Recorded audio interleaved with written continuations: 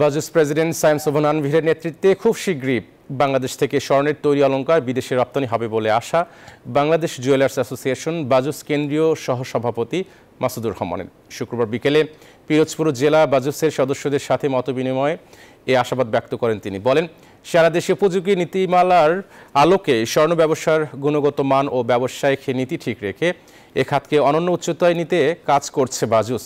Pirojpur jewellers অ্যাসোসিয়েশনের president Ashok Kumar কর্মকারের সভাপতিত্বে বিশেষ অতিথি ছিলেন বাজুস কেন্দ্রীয় কমিটির কার্যনির্বাহী সদস্য, standing committee on district monitoring কমিটির সদস্য সচিব পবিত্র চন্দ্র ঘোষ এবং standing committee on district monitoring এর সদস্য শেখ মোহাম্মদ মুসা।